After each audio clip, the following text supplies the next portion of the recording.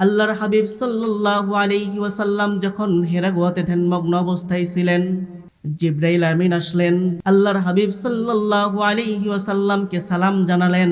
এরপরে আল্লাহর হাবিবকে বললেন, ই করো, পড়ো, এবং চাপ প্রয়োগ করলেন। আল্লাহর হাবিবকে চাপ প্রয়োগ করার পরে যখন বললেন পড়ো, আল্লাহর হাবিব সাল্লাল্লাহু আলাইহি ওয়াসাল্লাম বলেছিলেন, আমি পড়তে পারি না। এরপরে আবার জিবরাইল আমিন রাসূল আকরাম সাল্লাল্লাহু আলাইহি ওয়াসাল্লামকে বললেন, ই করো, পড়ো, এবং চাপ প্রয়োগ করলেন। আল্লাহর হাবিব সাল্লাল্লাহু আলাইহি ওয়াসাল্লাম তখনও বললেন, আমি পড়তে পারি না। তিনবারের বার জিবরাইল আমিন আল্লাহর হাবিব সাল্লাল্লাহু আলাইহি ওয়াসাল্লামকে চাপ প্রয়োগ করলেন এবং বললেন, ই করো বিস্মি।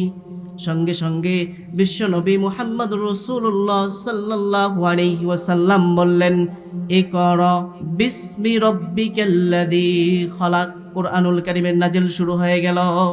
সুবহানাল্লাহ। এখান থেকে দুইটি শিক্ষা। কয়টি শিক্ষা? দুইটি শিক্ষা। প্রথম শিক্ষা হচ্ছে, আল্লাহর হাবিব সাল্লাল্লাহু আলাইহি ওয়াসাল্লামকে জিবরাইল আমিন প্রথমে বললেন, ই করো, পড়ো। আল্লাহর হাবিব বললেন, পড়তে পারি না। দ্বিতীয়বার যখন বললেন, ই করো, পড়ো, তখনও তো আল্লাহর হাবিব সাল্লাল্লাহু আলাইহি ওয়াসাল্লাম বলেছিলেন, আমি পড়তে পারি না। কিন্তু 3 নম্বরে যখন বললেন, ই করো বিস্মি, সঙ্গে সঙ্গে তো আল্লাহর হাবিব সাল্লাল্লাহু আলাইহি ওয়াসাল্লাম পড়তে শুরু করেছেন। 3 নম্বরে পড়তে শুরু করেছেন, কারণ 3 নম্বরে জিবরাইল আমিন আল্লাহর হাবিব সাল্লাল্লাহু আলাইহি ওয়াসাল্লামকে বললেন, ই করো বিস্মি, পড়ো তোমার প্রভুর নামে। তাহলে এখান থেকে প্রথম শিক্ষাটা কি? যে প্রথম শিক্ষাটা হচ্ছে, দুনিয়ার যত শিক্ষা আছে সকল শিক্ষা বাতিল। একটি শিক্ষা গ্রহণ করতে হবে, যেটি হচ্ছে আল্লাহ সুবহানাহু ওয়া তাআলার নামের শিক্ষা। আল্লাহ সুবহানাহু ওয়া তাআলার নামের শিক্ষা থেকে যদি আমি আমার সন্তানগুলোকে শুরু করতে পারি, আপনার আমার সন্তানগুলো আর বেঈমান হবে না। দ্বিতীয় নাম্বার, জিবরাইল আমিন তো আল্লাহর হাবিব সাল্লাল্লাহু আলাইহি ওয়াসাল্লামকে চাপ প্রয়োগ না করেও বলতে পারতেন, ই করো বিস্মি, পড়ুন আপনার প্রভুর নামে। কিন্তু জিবরাইল আমিন রাসূল আকরাম সাল্লাল্লাহু আলাইহি ওয়াসাল্লামকে কেন চাপ দিলেন? কোরআন নাজিল শুরুতেই আল্লাহ সুবহানাহু ওয়া তাআলা তার হাবিবকে জানাই দিলেন, হে আমার বন্ধু, কোরআনুল কারীমের শিক্ষা দ্বারা কোরআনুল কারীম যখন আমি নাজিল করলাম, কষ্ট দিয়ে তোমার মাধ্যমে ছড়িয়ে দিলাম, এখান থেকে তোমার উম্মতদেরকে জানাই দাও, আল্লাহ সুবহানাহু ওয়া তাআলার কোরআন শিখতে গেলে, আল্লাহর দ্বীন শিখতে গেলে কষ্ট করতে হবে। কি করতে হবে? কষ্ট করতে হবে। এজন্য দেখবেন মাদ্রাসার ছাত্রদের কষ্ট বেশি। আপনি সাধারণ স্কুলগুলোতে দেখবেন শুধু দিনের বেলাতে পড়ায়, আর মাদ্রাসাগুলোতে দেখবেন দিনে পড়ায়, রাতে পড়ায়, ভোরে পড়ায়, পড়ার পড়া। তো দুনিয়ার শিক্ষা যার মধ্যে আছে, মনে করেন একজনের মধ্যে শুধু দুনিয়ার শিক্ষা আছে, সে বেকুব না? আর আরেকজনের মধ্যে দুনিয়ার শিক্ষাও আছে, আখিরাতের শিক্ষাও আছে, সে তো সফল কাম। এজন্য প্রিয় ভাইরা আমার, আমরা আমাদের সন্তানগুলোকে দ্বীনি শিক্ষা দেব। এই যে আজকে এখানে মক্তবের উদ্যোগে মাহফিল, ঠিক কিনা? এই মক্তবগুলো এখন দেখা যায়, আগে দেখতাম প্রায় সব মসজিদেই এই মক্তবগুলো চালু ছিল, কিন্তু এখন কেন জানি হারিয়ে যাচ্ছে। এটি আমাদের জন্য দুঃখজনক।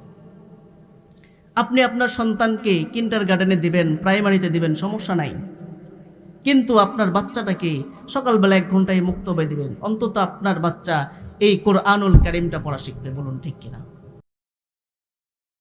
দেখবেন সকাল করে আপনার সন্তান বাংলা পড়ছে, ইংরেজি পড়ছে, অঙ্ক পড়ছে, সমস্যা নাই, এখানে 1 ঘন্টা, আধা ঘন্টা এসে আল্লাহ সুবহানাহু ওয়া তাআলার কোরআনটা পড়লে আপনার আমার সন্তানের মধ্যে কোরআনের শিক্ষাটা প্রথমেই হয়ে গেল। আপনার আমার মধ্যে কোরআনের শিক্ষা নাই, সন্তানগুলোর মধ্যে কোরআনের শিক্ষা নাই, এজন্য আমাদের বিবেক মনে হয় কাজে লাগছে না।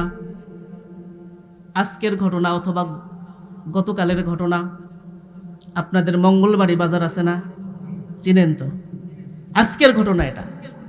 এই মঙ্গলবাড়িতে মানুষ কত বড় নিমক হারাম হলে এই রকম কাজ করতে পারে? কুত্তা জবাই করে বিক্রি করতেছে। বলুন নাউজুবিল্লাহ। একটা কুত্তা জবাই করে সেই কুত্তার মাংস বিক্রি করছে। এরপরে এলাকাবাসী যখন জানতে পেরেছে, তার বিরুদ্ধে অ্যাকশন নিচ্ছে। তাহলে দেখুন আমরা কোথায়, আমাদের বিবেকটা গেল কোথায়? একটা কুত্তা যেটি সবচেয়ে নিকৃষ্ট প্রাণী এবং এটি খাওয়াও হারাম, এই কুত্তা জবাই করে বাজারের মধ্যে বিক্রি করছে। জাতির বিবেকের কাছে প্রশ্ন রেখে গেলাম, ওই যে কসাই এরকম একটা কাজ করলো মাত্র 2টা টাকার নেশায়। কিসের নেশায়? টাকার নেশায়। আজকে দুনিয়ার মধ্যে এই টাকার নেশায় পড়ে আপনি আমরা আমাদের জীবনটা শেষ করে দিচ্ছি, ভুলে যাচ্ছি আমাদের রবের কথা। অল্প কয়েকটা টাকার নেশায় একটা কুত্তা জবাই করে মানুষের মাঝে বিক্রি করছে। ওর মধ্যে যদি আল্লাহ সুবহানাহু ওয়া তাআলার এই কোরআনের শিক্ষা থাকতো, আল্লাহর কোরআনের ভয় থাকতো, আল্লাহ সুবহানাহু ওয়া তাআলা কোরআনে যে বলেছেন বান্দা কোথায় কি করছে সকল কিছুর হিসাব আল্লাহ সুবহানাহু ওয়া তাআলা একদিন নিবে, এটি যদি ওই মানুষটি মনে প্রাণে বিশ্বাস করত, আপনারে বলুন তো এমন একটি খারাপ কাজ ওই বান্দা করতে পারত? করতে পারত না। এজন্য আমরা আমাদের সন্তানগুলোকে কোরআনুল কারীমের শিক্ষা দেব। বাংলার জমিনে ইতিপূর্বে দেখেন নাই,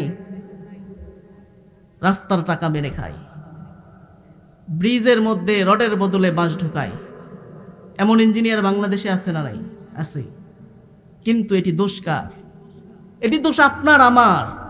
কারণ আমি তো আমার সন্তানগুলোকে প্রথমেই কোরআনুল কারীমের শিক্ষা দিতে পারি নাই। যদি আমার সন্তানকে আমি কোরআনের শিক্ষা দিতাম, ওই ইঞ্জিনিয়ার আর আপনার আমার সন্তানগুলোকে যদি আমরা সুন্দর করে তৈরি করতে পারি, আপনার সন্তান ডাক্তার হবে, আপনার সন্তান ইঞ্জিনিয়ার হবে, আপনার সন্তান মাস্টার হবে, আপনার সন্তান রাষ্ট্র পরিচালনা করবে, কিন্তু আপনার সন্তানের মধ্যে সুদখোর ঘুষখোর বেঈমান মুনাফিক থাকবে না। এজন্য আমাদের উচিত আল্লাহ সুবহানাহু ওয়া তাআলার কোরআনুল কারীমের শিক্ষা দেওয়া।